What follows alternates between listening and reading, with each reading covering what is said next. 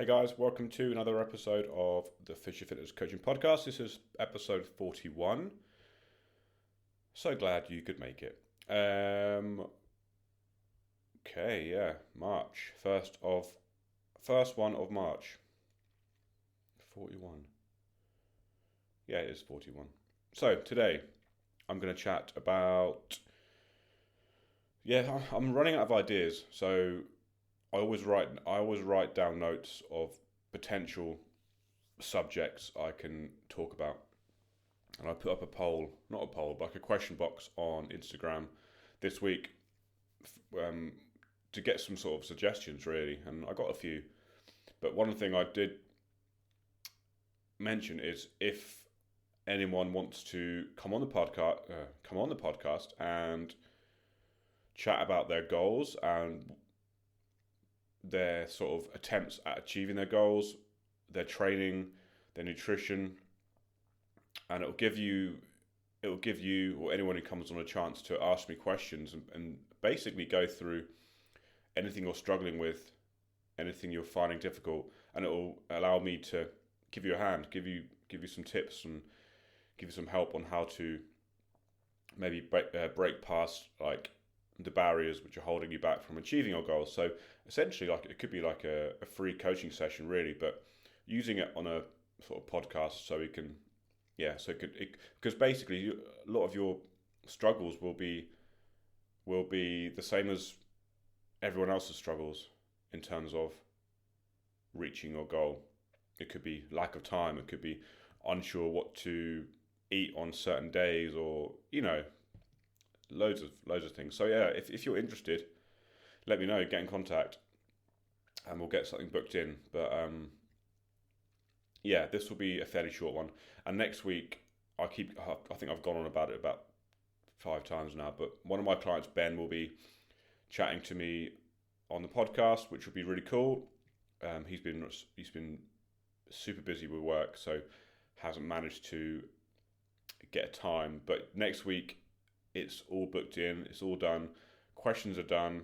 So yeah, looking forward to that. And we'll just go through his journey thus far and how it's been and what he's achieved and what his goals are and all the good stuff. So that'll be fun.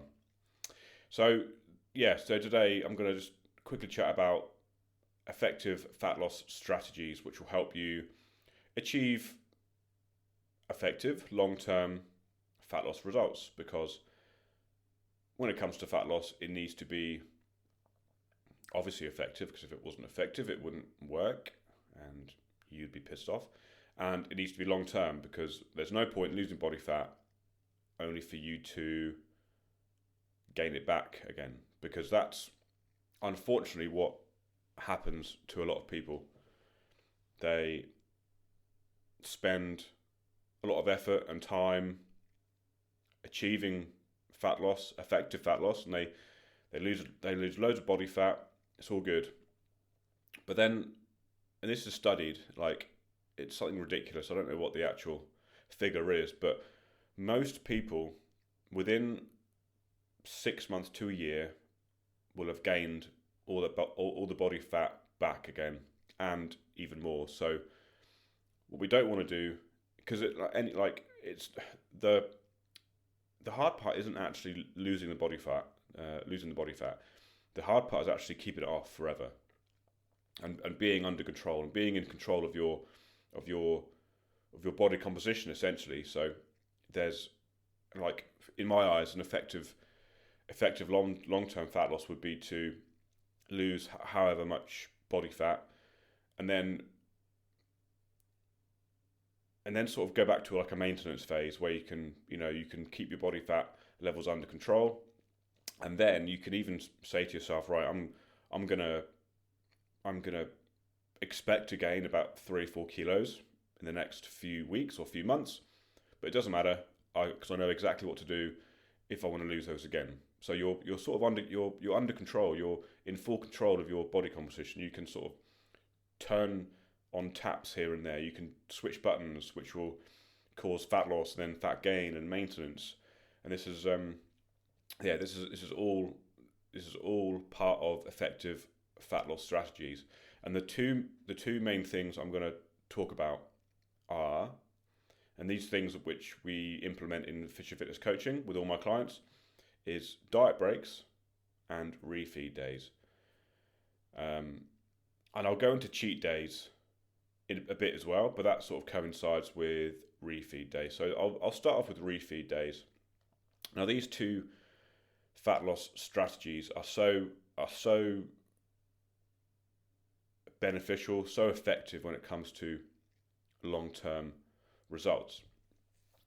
And I'll tell you why. So refeed days, these are basically days where you can increase your calories for one day, which will give you a bit of a psychological break from dieting in that week. So let's say I'm going to use me as an example. So my maintenance calories is roughly 2,500. So it would, if I wanted to maintain my body weight, maintain my body fat levels, I would need to consume around 2,500 calories per day, and that takes into account my total daily energy expenditure. That takes into account my exercise, my steps, my activity levels, all that sort of stuff. So it's around 2,500. So it means, maintenance is 2,500. So I'm on a bit of a fat loss phase at the minute. I've lost about 3.5, nearly 4 kilos so far, and I'm eating around 1,800 to 2,000 calories per day. So my deficit is around 500 to 700 per day, which is a fairly moderate deficit, fairly big. It's sometimes slightly different, but it's around that number. So, and by the way, I don't do refeed days, but just because, I don't know, I'd rather get the result. I'd rather get it all done, like get the results done, lose the fat, and then as soon as I lose the fat, well, the sooner I lose the fat, the sooner I can go back to maintenance and eat more food. That's how I look at it, but that's just me. But most of my clients have refeed days. Some of them choose not to have them, but some of them do have them. So yeah, essentially a refeed day would be one day of the week where you can eat maintenance calories again. That's all it is. So for example, Monday to Thursday, I'd be consuming around 1,800 to 1,900 calories per day. And then on Friday, I will take my refeed day and I would have about 2,500 calories on that day. This allows me to enjoy more food, maybe go out for a social, have a couple of beers, whatever, see some friends without feeling like you've ruined everything, ruined the hard work. That's basically what it is. It's a refeed day. It's a day where you can have a bit more food, but without going into a surplus. So if you have that refeed day, you will still be in a calorie deficit overall because you've been in a calorie deficit for 6 of the 7 days of the week. Can you have more than one refeed day a week? Yeah, of course you can. You can have as many as you want, but remember, the more you have, the more the average deficit will be reduced. So the slower the fat loss. This is why I choose not to. I choose not to have too many refeed days or any refeed days. I'd rather just get the job done and then go back to maintenance. So yeah, that's a refeed day. And now a lot of people confuse refeed days with cheat days. Cheat days I don't really agree with. Some people see cheat day, or some people or some coaches allow their clients a cheat day, and then this leads that person to automatically think, right, I'm going to go and eat as much as I want because it's a cheat day. I've got free reign. So yeah, great, cheat day on a Saturday. But bearing in mind you've been in a deficit all week, so you're pretty hungry, you're probably tired, a bit moody, a bit hangry. So you wake up on a Saturday morning and think, right, cheat day, I'm going to go for a fry-up. Massive fry-up, 1,000 calories at least, quite easily. And then you think, right, I'm going to go for a few beers with some mates. And then you can have a lunch out, and then you're going to have a pizza on the way home or whatever, because it's a cheat day. You think, why not? I can have what I want. Before you know it, you've had 4 or 5,000 calories, and that's taken your average deficit of the week, which you've worked so hard to achieve, you've pushed it into a surplus. So for that week, you've basically gone into a surplus and you've gained a little bit of body fat. Not much, because it's only one day, but if you do that every single week, over time, it's going to completely ruin your results, and it'll just destroy your sort of well-being, and you'll be frustrated, and then you just give up. So cheat days, you're not cheating. Like, it's not a cheat. It's just yeah. I mean, a cheat meal, maybe, it's one meal, but again, if you just go in with that attitude of just, I can have whatever I want in this meal, there's no sort of control, you can quite easily consume way more than you mean to, which can just ruin your overall fat loss attempts. So that's why I don't use cheat days or have cheat days or cheat meals. It's a refeed day. Have 1 or 2 a week. The more you have, obviously, the less the smaller the deficit overall. So choose it wisely. Okay, so the next thing is a diet break. So it's fairly similar, to be honest. Although the diet break is, well, it is what it is. It does what it says on the tin, as they say. You have a break from dieting. Funny that. So you can go, and you can do this for 2-3 days. You can do it for a week. You can do it for 2 weeks, 3 weeks if you want to. So it gives you a psychological break from dieting, because dieting is not fun. Dieting is quite hard work, depending on how big the deficit and how aggressive you want to go. But yeah, dieting's it's not the best. It's not, because no one wants to diet and eat less than they burn, because it's uncomfortable, right? So let's say we diet for 8-12 weeks, then you could theoretically then introduce a diet break for a week, whereby you go back to maintenance for a whole week. You don't really track.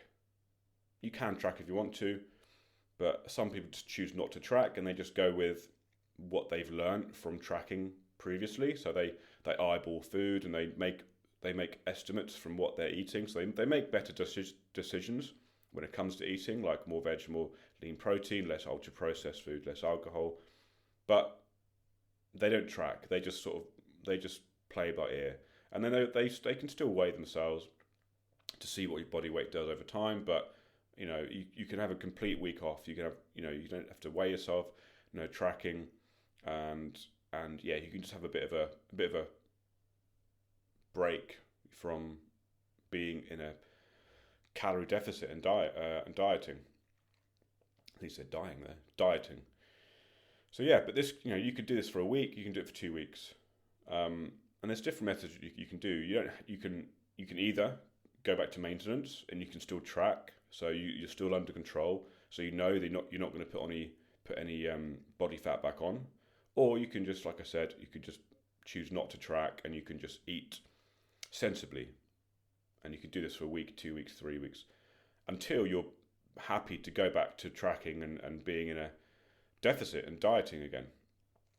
And that's essentially what it is. It's a break from dieting, and yeah. So, and why does it lead to more effective long-term results? It's because, like I said, dieting is not easy. So, if you diet for a long time, like let's say 4, 5, 6 months, that could get you really fed up, and it could lead to you just sort of giving up and just pressing that fuck it button and just going back to what you were doing before. And that's when people put on the weight again, put on the fat again, and because of adaptive thermogenesis, their maintenance calories has moved basically, which means it's a lot easier to go into a surplus, especially when you go back to your old eating habits. So it's a lot easier to put on body fat. So this is why adding these strategies into your fat loss phase or dieting phase or your cut can lead to far better long-term fat loss. And this is one of the reasons why I choose personally to diet quite aggressively, because the way I see it is the quicker, if everything is safe and I'm getting enough protein and sleep's good, stress is good, I'm training well 2, 3, 4 times a week, the quicker I can lose the body fat or improve my body composition, the quicker I can go back to maintenance, and the quicker I can just have because I'd rather not. I'd rather not diet for 12, 16 weeks. I'd rather 6 to 8 weeks, done, back to maintenance, eat more food, and then I can go into a slight surplus and focus on building some muscle. That's the ideal situation for me personally. A lot of people are different. A lot of people prefer to create a small deficit, but that will long out the fat loss phase, which will mean they're going to be in a deficit for a lot longer. Yes, it'll be a smaller deficit, meaning they can eat a bit more. But I'd rather just get it done. Bish bash bosh. I think I've done it now I had a bit of a weekend off last weekend just because I was away in Leeds, so I still tracked where I could, but yeah, I definitely wasn't in a deficit for Saturday and Sunday. But it just means I've got to be a bit stricter this week, which I have been. And the weight's gone back down again, so it's all good. So I think I'm on the 5th, 6th week now. So I think 2 more weeks of this, I'll be down to where I want to be, around 80 kilos. I'm definitely feeling a bit leaner. So I'm sort of fairly happy. And then I'll be happy just to go back to maintenance and having more energy so I can train a bit harder and then work on building some more muscle and getting stronger again. So yeah, that's it. So nice and quick one. So diet breaks and refeed days, very, very useful tools you can have in your arsenal if you're in a fat loss phase or you're looking to start a fat loss phase in the future. Any questions on any of those, please let me know and I'll be happy to answer. But yeah, cheers guys. Hope that helped. Hope it was useful. Speak to you very soon.